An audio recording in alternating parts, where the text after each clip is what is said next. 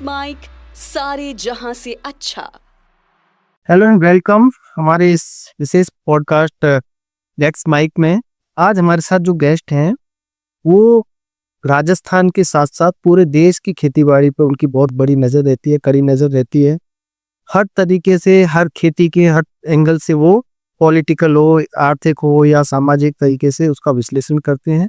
इसीलिए हमने सोचा कि आप दर्शकों तक आज उनको रूबरू कराया जाए। तो हमारे साथ है रामपाल जाट, किसान महापंचायत के राष्ट्रीय अध्यक्ष हैं। रामपाल जी, स्वागत है आपका रामपाल जी हमारे इस पॉडकास्ट में। अब थोड़ा आपसे विस्तार से बात करना चाहता हूँ कि जैसे अभी जो ताज़ा तनाव इंडिया पाकिस्तानी बीच चल रहा है, पहलगांव हुआ, पहलगांव के बाद जो एक टेंशन क्रिएट हुई, इंडिया ने सस्पेंड कर दिया जो सिंधु ट्रीटी है, अपनी संधि जो है वो सस्पेंड कर दिया। फिर उसके बाद एक बहस चालू हुई कि सिंधु के पानी को राजस्थान, हरियाणा या और नीचे तक अलग अलग राज्यों में कैसे डाइवर्ट किया जाए। नदी से नदी जोड़ो वाली परियोजना की फिर वापस से चर्चा हुई। अगर ये होता या अच्छे डैम होते वहाँ पर तो शायद उस पानी को राजस्थान जैसे सूखे राज्य के लिए काम में आ सकता। किस तरह से आ सकता, तो वो परियोजना क्या है? एक चीज, सिंधु, झेलम और तीसरी जो उसकी सहायक नदी है, उन तीनों नदियों का जो पानी है जो पाकिस्तान के हिस्से में है, और सतलज की जो सहायक नदी है दो, उनका पानी हिंदुस्तान में है। बिल्कुल, हिंदुस्तान को मिलने वाला पानी से पाकिस्तान को मिलने वाला पानी 4 गुना है। और जो आपने प्रश्न किया वो सटीक प्रश्न है। ये उसी पानी को मोड़ दो ना, भागड़ा नगर में डाल दो सिंधु के को, जो बहुत आसान चीज है, जिबिलिटी है इसकी। यस, इसलिए इसको परीक्षण किया हुआ है। उस पानी को मोड़ो, भागड़ा नगर डालो तो राजस्थान, पंजाब, हरियाणा तीनों का पानी मिलेगा। और तीनों को वो पानी मिलेगा, सबसे का खुशहाली है कि पानी से तो खुशहाली आती है, समृद्धि आती है। और एक तो चीज और, आपने जो नर्मदा की बात की, 1966 में एक समझौता हुआ कि ये जो माही डैम है, बांसवाड़ा, हाँ बांसवाड़ा वाला, जब पूरा हो जाएगा तो जो पानी गुजरात जा रहा है वो नहीं जाएगा, पूरा पानी यही मतलब माही को मिल जाएगा। कब? जब नर्मदा का पानी राजस्थान बच जाएगा। अब राजस्थान में नर्मदा का फंड तो आ गया, लेकिन माही का पानी आज भी गुजरात जा रहा है। तो जो काम 5 साल पहले हो जाना चाहिए था कि जो माही का पूरा पानी राजस्थान में मिलता, तो हमारे पास जल तो है ना। उसके मैनेजमेंट की बात है, पानी का मैनेजमेंट। हाँ पानी का मैनेजमेंट की बात है, इसलिए उस समझौते का पालन कराऊं ना, मुश्किल है क्या? इसी ढंग से सिंधु जल की जो मैंने आपको बात चर्चा शुरू की, सिंधु जल का पानी यदि राजस्थान को मिल जाए तो पानी की मात्रा तो हो जाएगी। और अभी चंबल में अकेले में प्रतिवर्ष, आप तो उसके किनारे रहते हो, 20,000 घन मीटर पानी बहकर बेकार जाता है हर साल। उसी के लिए रियासी भी बनी थी, उसके उपयोग के लिए तो आप धीरे धीरे चल रहे हो। उसी एक्सेस पानी को ईआरसीपी में वही पानी लेना था मूल्य। इसलिए ये नदियों का जो बहता पानी उसको रोकना नहीं था, जो उसका ओवरफ्लो पानी था उसका संकलन करना था। तो ईआरसीपी की जो योजना है, इसको तकलीफ होने का प्रश्न नहीं था, उनके आपत्ति को प्रश्न नहीं था। और जो समझौता है 1999 का, जिसका 2005 होगा, उसमें तो प्रावधान है कि उसमें no need of the NHA from the MP. बाकी देखो बहुत सारे सीकर को लेके कौन सा समझौता है, मैं अभी यमुना का यस यमुना समझौता जो है 30 साल हो गए, 30 साल से पहले। अब तक पानी दिया है। तो वही है, एक तो पानी का मैनेजमेंट, पानी कमी तो है नो डाउट, लेकिन पानी का मैनेजमेंट जिस तरह से नहीं हो पा रहा, उसका खामियाजा किसानों को भी और आम लोगों को भी, और पूरे बैच को भोगना पड़ता है। इसलिए यमुना का पानी जो समझौता, उसको 30 वर्ष हो गए पूरे। बिल्कुल 30 वर्ष में अभी तक भी एक बूंद पानी यमुना का नहीं आया। और मुझे ध्यान है जब 2019 के पहले श्रीमान गडकरी जी के पास जल संसाधन विभाग था, अब तो जल शक्ति मंत्रालय हो गया उसका नाम, उन्होंने हरियाणा को बैठाया, राजस्थान में बैठाया, अच्छा काम किया उन्होंने। उनका तुम पानी क्यों नहीं जानते भाई हरियाणा वालों, कैसा हमारी जमीन काम आएगी, तो उन्होंने राजस्थान से कहा तो ऐसा करो, अंडरग्राउंड पाइप लगा दो। सहमति हो गई, उसकी डीपीआर बन गई और तो भी हरियाणा उसका कोई एक्शन नहीं ले। तो ये जो काम था हरियाणा का इनेक्शन, उसके कारण वो जमुना का पानी नहीं मिला।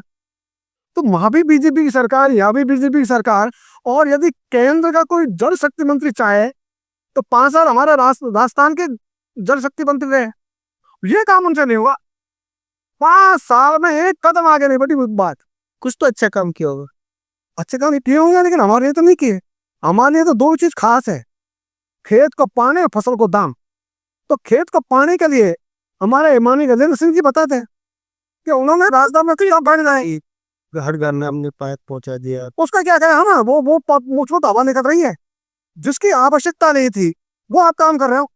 अरे हम तो कुएं से पानी पी लेंगे, हम तो जो ये नहर चली जाती है उससे पानी पी लेंगे, उसी से नहा लेंगे। और घर में नल की जरूरत नहीं थी हमें, तो हर खेत में पानी की जरूरत थी। तो खेत तो पानी ये प्रायोरिटी होनी चाहिए थी। ये जब पूरी हो जाती तो हर घर में नल मिल जाते। तो आपकी प्राथमिकताएं अस्पष्ट है। इसलिए वो तो आज और उसमें तो करप्शन के लिए एक मंत्री जेल में गए। इसलिए आपने ये जो काम किया है, हर घर में नल, कितने घरों में पहुंचे आज भी सर्वे बता दो? ये खुद ही कहते कि नहीं पहुंचा। इसलिए इनकी जो योजना है ना, ये लोकप्रियता प्राप्ति के लिए ज्यादा होती है कि हम लोकप्रियता प्राप्त करें। अरे कर लो ना, पीने के पानी से ज्यादा लोकप्रिय होंगे आप। वहां भी कैलकुलेशन में गलती करते हैं, वहां भी आकलन में गलती करते हैं। जैसे इन्होंने हर घर में नल, इसकी बजाय शुरू करते हर खेत को पानी, जो बीजेपी का नारा था जनसंख्या समझ। तो खुद की सरकार, खुद की पार्टी के नारे, उनको यदि आप प्राथमिकता ले लेते तो आपको प्रसिद्धि ज्यादा मिलती, लोकप्रियता ज्यादा मिलती। और आज उसको 2013, 2017 कितने वर्ष हो गए? 8 वर्ष हो गए ना। 8 वर्ष में अभी हम जाते वहां खड़े आराम से और कहा एमओयू हो गया, तो उसकी जरूरत ही नहीं थी। आपने कहा था समय खराब किया। एमओयू तो 1999 में कहा है, 2005 उसका अनुमोदन हो गया। आप जरूरत क्या थे नए एमओयू की? उसी से काम चला लेते। लेकिन केवल एक किस्सा सुनाता हूँ आपको। एक महिला छाछ ले गई, तो उसकी बहू मिली, सास बाहर गई थी, मंदिर गई थी। उनका भाई मैं छाछ ले आई, तो बहू ने कह दिया भाई आज तो छाछ नहीं है। वो वापिस आ गई। वो वापिस आ रही थी, मंदिर से सास आ रही थी, दोनों रास्ते मिल गई। सास ने कहा कहाँ गई थी? तेरे घर गई थी। कि क्यों गई थी? कि छाछ लेने गई थी। कि फिर? कि तेरी वो मना कर दी कि चल मेरे साथ। उसको वापिस ले गई और घर जा कहती है वह छाछ नहीं आज। ठीक, तो तेरी बहू ने कहा ये कौन होती कहने वाली? मैं कहूंगी तब छाछ नहीं। तो ये जो छोटी मानसिकता है ना, और कभी भी छोटे मनों से बड़े काम नहीं होते। तो हम ये छोटे मनों में फंस गए। अरे बड़े काम करने तो बड़े मन रखते हैं। और हम तो चाहते थे आप मुख्यमंत्री बैठते, हमें क्या दिक्कत थी भाई? वो नहीं तो आप सही, हमें कोई आपत्ति नहीं थी राजस्थान को। आप बढ़ जाते गजेंद्र सिंह जी, तो चाह तो ठीक चलते। आपने शतरंज की चाल ही गलत चल दी। इसलिए राजस्थान भी घाटे पर रहा। हाँ, आप जरूर केंद्रीय मंत्री अभी हैं, लेकिन आपका राजस्थान में क्या योगदान है राजस्थान वालों को तो पता नहीं। इसलिए आप ऐसा काम करो जिससे पूरे देश को राजस्थान सही लाभ हो, ये बढ़िया बात है। ऐसा काम करना ये इनको करना चाहिए था, वो इन्होंने नहीं किया। इसलिए ईआरसीपी ये हमारे राजस्थान का हर व्यक्ति का सपना है, और वो चाहता है ये सपना साकार जल्दी हो, धरातल पर जल्दी उतरे। जितना जल्दी उतरेगा, और इसमें प्राथमिकता सिंचाई को हो। पेयजल बात की बात सेकेंडरी बात, पहली बार सिंचाई। और सिंचाई यदि पानी आ गया सिंचाई के लिए, तो पेयजल को अपना मिल जाएगा, स्वतः मिल जाएगा। तो आप उल्टा काम क्यों करो? अब मैं थोड़ा सा इसी से संबंधित एक और चीज पे आ रहा हूँ। मान के चलिए पानी मिल गया, उदाहरण के लिए आप मान लीजिए कि आज सारी जितनी भी योजनाएं धरातल पे आ गई, फसल लहला रही हैं, सारे काम हो रहे हैं। फिर आते हैं एमएसपी की बात हमने कर ली, लेकिन कोई प्राकृतिक आपदा आती है, समस्याओं की बात कर रहे हैं। प्राकृतिक आपदा आती है, उसमें किसानों का नुकसान होता है। प्रधानमंत्री फसल बीमा योजना है, स्टेट डिजास्टर मैनेजमेंट की तरफ से कोर्स मिलता है। लेकिन मैं कई साल से खेती किसानी कवर करता हूँ, मैंने देखा कि किसानों को पूरा सारा सिस्टम होता है, ये मूल्यांकन कर लिया, ये सर्वे कर लिया, वो कर लिया, लेकिन फिर भी उनको पैसा नहीं मिलता। इस चुनौती से कैसे पार पाई? ठीक माना, बहुत अच्छी आपने बात कही, बहुत अच्छा प्रश्न किया। कृषि ऐसा काम है जिसमें सबसे अधिक जोखिम है। खेती से ज्यादा जोखिम किसी में नहीं, क्योंकि यह खुले आसमान के नीचे होती है। कभी कभी तो सारी फसल लहरा रही है और ओले गिर जाए, खत्म। खलिहान में आ गई और बरसात आ गई, खत्म। पाला गिर गया, खत्म। कीट आ गया, खत्म। तो ऐसी अनेक प्रकार की प्राकृतिक आपदाएं हैं और इसीलिए 2 तरह की योजना तैयार हुई। फसल बीमा तो 1999 में शुरू हुआ और आते आते ये 2016 में आ गया प्रधानमंत्री फसल बीमा योजना। और ये कहा गया अब किसान को जोखिम के लिए घाटा उसकी जेब में नहीं होगा, डाका उसकी जेब में नहीं पड़ेगा। ये जो घाटा होगा ये केंद्र के बजट में पड़ेगा। जब जोखिम का सारा व्यय वहन करेगा केंद्र, इसलिए किसानों को लाभकारी मूल्य मिलेगा। उसके लिए प्रधानमंत्री फसल बीमा योजना लाई गई। अच्छी योजना है ना, लेकिन उसमें जो नीतियां बनी, उसकी गाइडलाइन बनी वो गलत है। स्पिरिट बढ़िया है और जो नीति बनी वो गलत है। तो मुझे पर्सनली जो लगता है ना कि जितनी भी सरकारी स्कीम है उनके स्पिरिट में कोई सच हुआ नहीं है, सब बढ़िया होती हैं, अच्छी होती हैं। इम्प्लीमेंटेशन में बहुत दिक्कतें आती हैं, आप कंट्री सके। इसलिए जो इम्प्लीमेंटेशन है उसके लिए गाइडलाइन अच्छी चाहिए, उसके लिए लॉ चाहिए। लॉ तो बनाते नहीं, ये बनाते हैं मार्गदर्शिका, और मार्गदर्शिका ये बनाते हैं कंपनियों से पूछकर। वो कहते हैं बेचारी कंपनियां, उनको लाभ होना चाहिए ना, वहां से शुरू करते हैं वो सोच। इससे सारा उल्टा हो जाता है। इसलिए आज की तारीख में हम 5 वर्ष की स्टडी है पार्लियामेंट की, आपके मेरी नहीं। 5 वर्ष में 16 से लेकर 2022 तक जो कंपनियों ने कमाया, एक वर्ष में 734 करोड़ रुपया बीमा कंपनियों में। तो ये ऐसी स्थिति हो गई। एक कहावत चल पड़ी राजस्थान में प्रधानमंत्री फसल बीमा योजना के बारे में, पूरे देश में पैसा किसानों का, चाहे टैक्स के माध्यम से हो चाहे खुद जमा करावे, क्योंकि केंद्र शेयर देगी वो भी किसान का पैसा है, राज्य शेयर देगी वो भी किसान का पैसा है। तंत्र सरकारों का और लाभ कंपनियों का। कंपनी के पास कोई नेटवर्क थोड़ी है। हमारे सरकार के कर्मचारी ही काम करेंगे कंपनियों के लिए, गाइडलाइन है। इसलिए पैसा किसानों का, तंत्र सरकारों का और लाभ कंपनियों का। यह योजना चल रही है प्रधानमंत्री फसल बीमा योजना।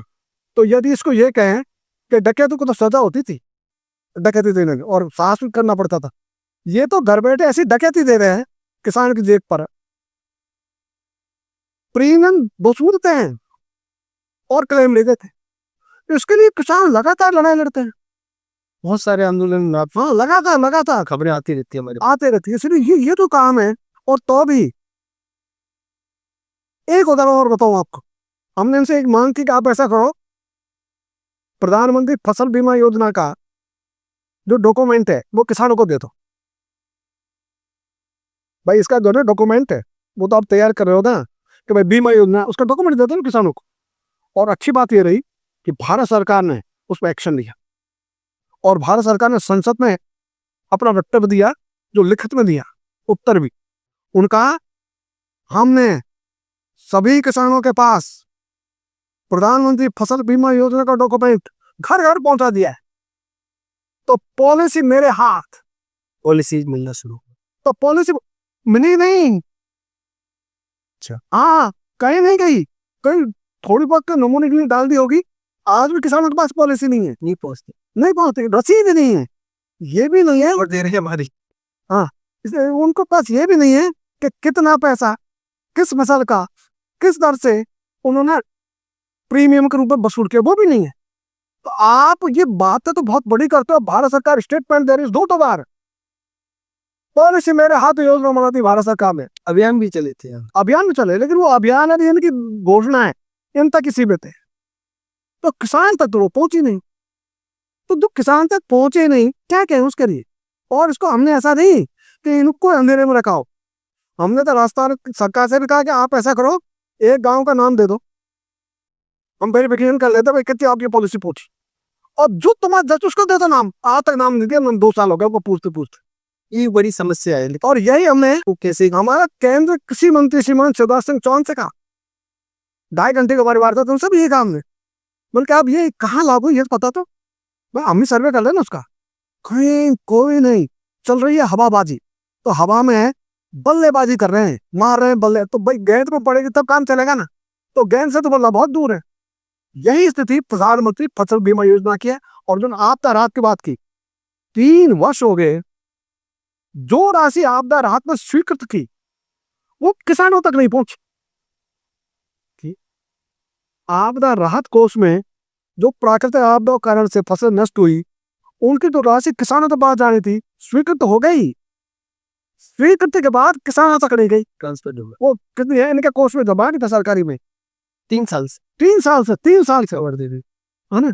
तो ये जो है तो योजना इनकी योजना की क्रियान्वित करना इनका काम।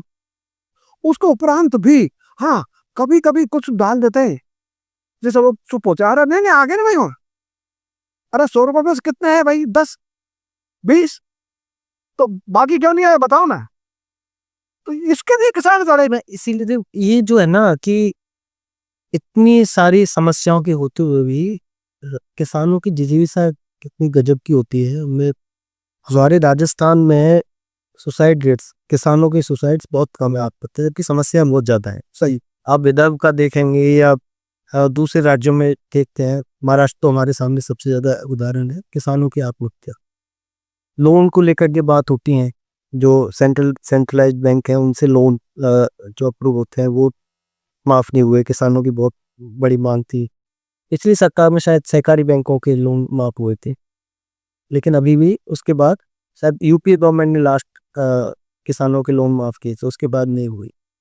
जबकि एक बहस चलती है कि आप कॉरपोरेट्स के, बड़े बड़े बिजनेसमैन के अरबों के खरबों के जो अमाउंट है आप बैड डेब्ट्स में डाल के उनको माफ कर देते हैं, लोन माफ कर देते हैं। तो ये जो डिस्पैरिटी है, असमानता जो है, ये कैसे दूर हो और क्या कुछ किया जाए इसके लिए? चलो इसको तुम तो दूर में, लेकिन एक डेस्परेट बहुत बड़ी हाँ। 2004 से लेकर 2014 तक जो किसानों का सरकार ने ऋण माफ किया वो है अधिकतम 72,000 करोड़। उसी अवधि में जो बड़े उद्योग है, कॉर्पोरेट जगत जिसको करें, उसके जो टैक्स, ब्याज और अनुदान और मूल ऋण ये तो माफ किया, 59 लाख करोड़ है। 59 लाख करोड़, उसका प्रचार नहीं करती सरकार। 59 लाख करोड़ का प्रचार किसका करें? 72,000 करोड़ का, 1 लाख करोड़ भी नहीं। तो 1 लाख करोड़ नहीं, उसका तो सरकार ढोल हो जाएगी जोर जोर से, अपने किसानों का ऋण माफ कर दिया। और जो 59 लाख करोड़ उसकी चर्चा ही नहीं करेंगे। और ये जो मैं आपको बता रहा हूं, ये बजट के डॉक्यूमेंट्स हैं, उनके आंकड़े, तो उनको जो आंकड़े 59 लाख करोड़ रुपए आपने छूट दे दी, रिलैक्स कर दिया उनको, और अभी 11 लाख करोड़ का आंकड़ा आ रहा है। उसका अलावा जो उनको माफ किया है, चाहे डूबत खाते डाला, तो चाहे एनपीए किया, जो भी इनकी भाषा कुछ बोल सकते हैं बेचारे, क्यों इनका ही काम है, इनका ही कागज, इनकी कलम और इनकी जवान, उसमें इनको कोई अटक नहीं, बेट धट जैसे बोलते हैं। तो ये जो करते हैं काम, उसकी चर्चा अब थोड़ी सी होने लगी है, लेकिन आज भी उस मात्रा में तो चर्चा नहीं है जिस मात्रा में किसानों के बाप की चर्चा होती है। ये सब और ये जो आपकी डेस्परेट की बात है, हाँ, ये कैसे समाप्त हो? इसमें जो मैंने एक बार बात कही आपको, वही मैं दोबारा वही आ रहा हूं, इच्छा शक्ति सरकार डेस्परेट समाप्त करना मुश्किल थोड़ा है। ये कैंसर की बीमारी नहीं है माधव, ये तो सामान्य फोड़े फुंसियां है जिनका उपचार कोई कर दे। कैंसर हो तो समझ आती है भाई ये असाध्य बीमारी, ये असाध्य बीमारी नहीं है। इसलिए हमने तो एक बात और कही इसी कैड में, हमने कहा हमको ऋण माफी की जरूरत ही नहीं, आप तो हमारी फसलों का दाम दे दो, हम सोते ऋण मुक्त हो जाएंगे। इसलिए जो एक मैंने आंकड़ा दिया इसीलिए अब वो 6,000 जो हाँ है उसका विरोध करते ठीक बात, इसलिए हम उसका विरोध के बारे में ये प्रधानमंत्री सम्मान हैं किसान सम्मान। सम्मान निधि, हमने कहा भाई आप हमें अभी 6,000 दे रहे थे, अब 2,000 और मिला दिया, 8,000 पैक हो गए। अभी मूंग पैदा हुआ राजस्थान में, एक किसान को मूंग का मिलना चाहिए था एमएसपी, उससे 1 क्विंटल पर उसको 3,000 रुपये कम मिले। यदि उस किसान का आप 30 क्विंटल मूंग खरीद लेते तो कितने रुपये हो जाते? 90,000। 10 भी खरीद लेते कितने हो जाते? 30,000। 5 में खरीद लेते कितने हो जाते? 15,000। तो आप हमारा मूंग खरीद लो ना यार।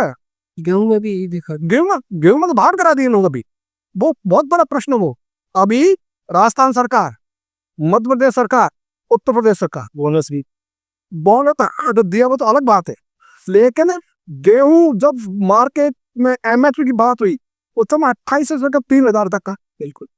तो इन्होंने व्यापारी को बाहर कैसा किया जाए, व्यापारी गेहूं नहीं खरीदे, इसके लिए प्लान किया।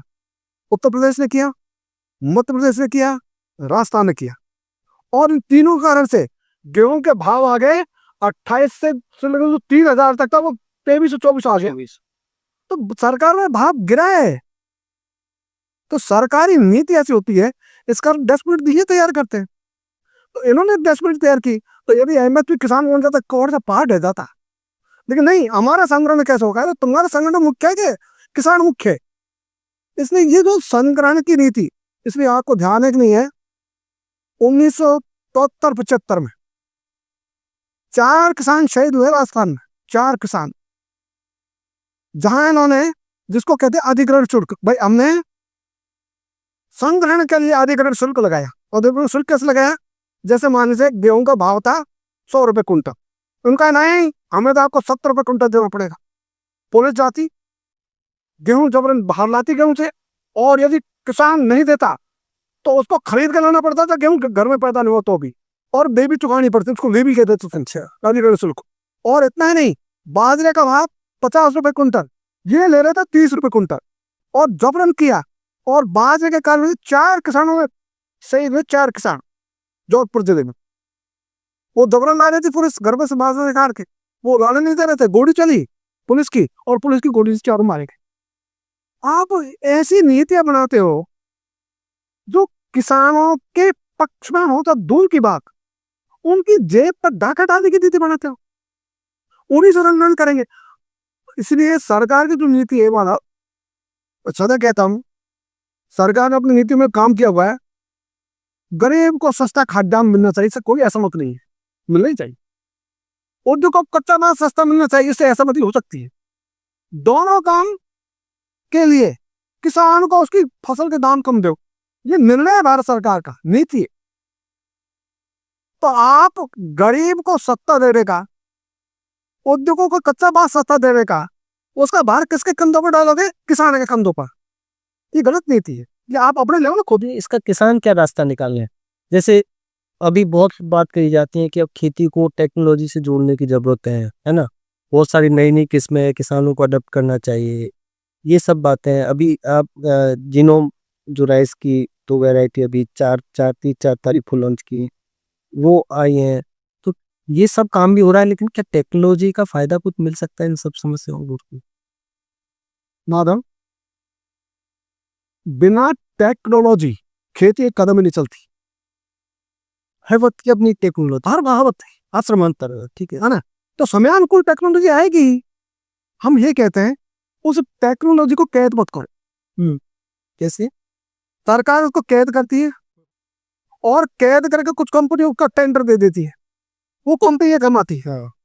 भाई इन्होंने बीज लाया है ना, और बीज का क्या करेंगे? बेचेगा कौन? कंपनी बेचेगी।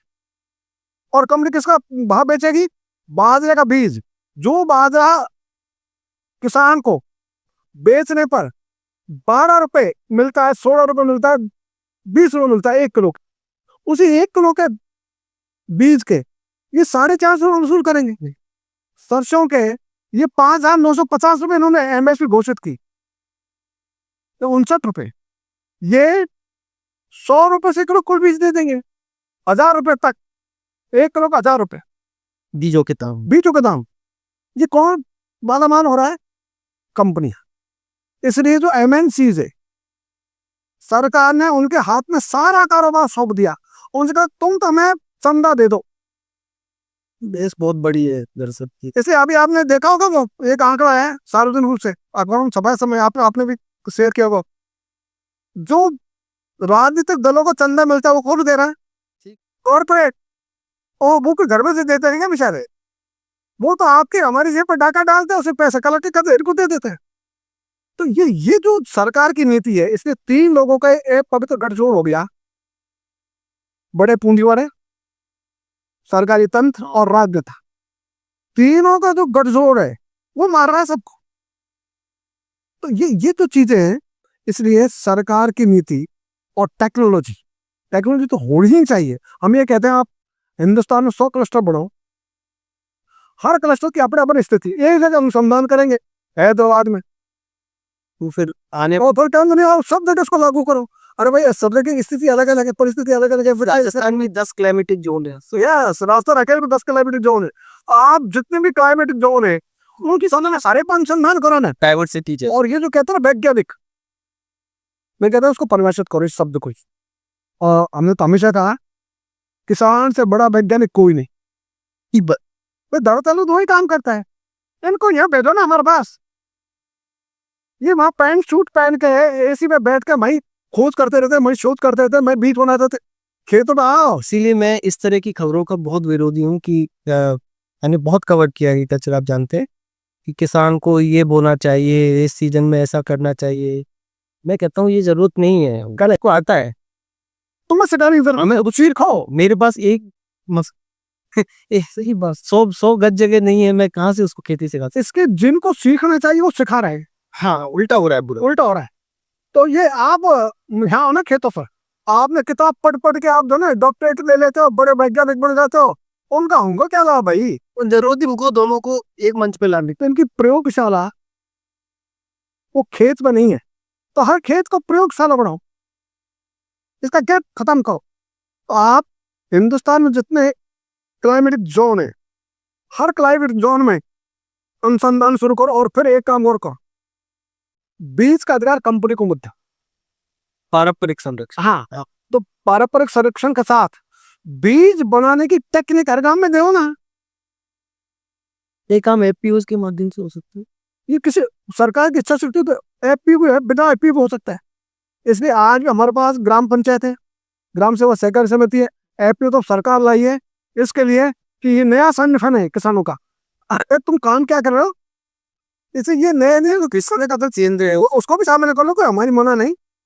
लेकिन आप गांव स्तर पर, ग्राम पंचायत, आप तो आपका कृषि विज्ञान केंद्र है, उन्हीं पर आ जाओ। हर जगह आपका कृषि पर्यवेक्षक है राज्य का, उस पर आ जाओ। तो उनसे कहो तुम बीज बनाने की ट्रेनिंग दो किसानों को, जो हाईटेक बीज है वही बना रहेगा। तुम कोई उसमें सोना मिलाते हो, चांदी मिलाते हो, करते क्या? तो एक टमाटर के बीज का 60,000 रुपए 1 किलो के, क्या बात करें, 90,000 रुपए। ये तो अपने हिंदुस्तान की बात कर रहा हूँ मैं, बाकी का 1,000 रुपए का। हाँ, 1 किलो बीज के। इसलिए सब बीज है। ये आपका मिर्ची का बीज है, क्या बात कर रहे हैं? इसलिए बीजों के मामले में इतनी रूट है। नहीं, 1000 तो 1000 किलो तक का मुझे, और 1000 नहीं, 90,000 किलो। ये आप और इसको देखना है, उसमें देख ले, वेबसाइट में मिल जाएगा आपको, कोई खास बात नहीं। इसे आप मिर्ची देखो, मेवा देखो, देखो, भिंडी देखो, है ना, अनेक प्रकार के बीज है। मेरा बचपन जो बीता है ना, मेरे ननियाल में मेरी नानी बरसातों में बीज बोती थी सब्जियों के। तो हमने देखा है अपनी आंखों से कि कच्चे घर थे, तो कच्चे घर की उसको बाखर का जो ओखली कहते हैं, उसमें वो रखा रहता है, और लौकी फोड़ के फिर उसमें वो बोती थी। बहुत स्वादिष्ट सब चीज़ें होती थी। वो स्वाद नहीं है, वो सब चीज़ें, वो उस पर एक अलग बहस चली जाएगी, कि बात चली जाएगी। लेकिन जो एक पारंपरिक संरक्षण का तरीका है चीज़ों को सहेजने का, सस्टेनेबिलिटी जिसको पढ़ी की भाषा में कहते हैं, वो खत्म हुई। और इस तरह से बाहर से चीज़ें आई कि हम आपको बीज दे रहे हैं, हम आपको ये सिखा रहे हैं।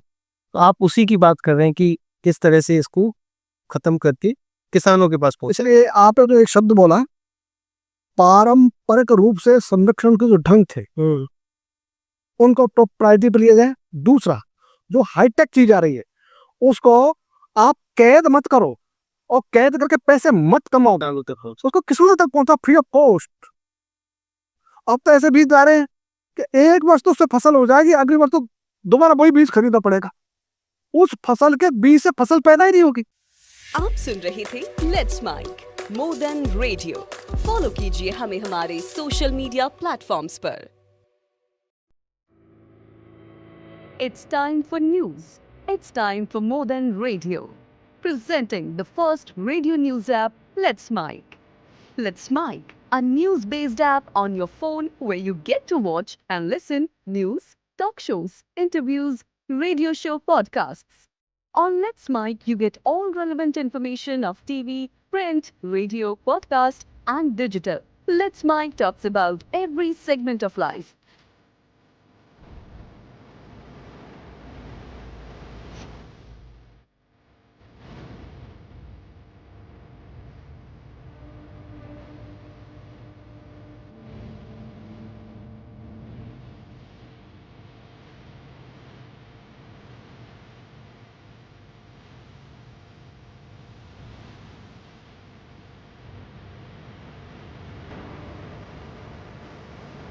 Let's Mike is not just a revolutionary idea. Download the app now from Play Store. Available both on Android and iOS mobile phones. Follow us on YouTube, Instagram, Twitter, LinkedIn, Facebook, Telegram, WhatsApp, Snapchat. Let's talk, let's connect, and let's Mike.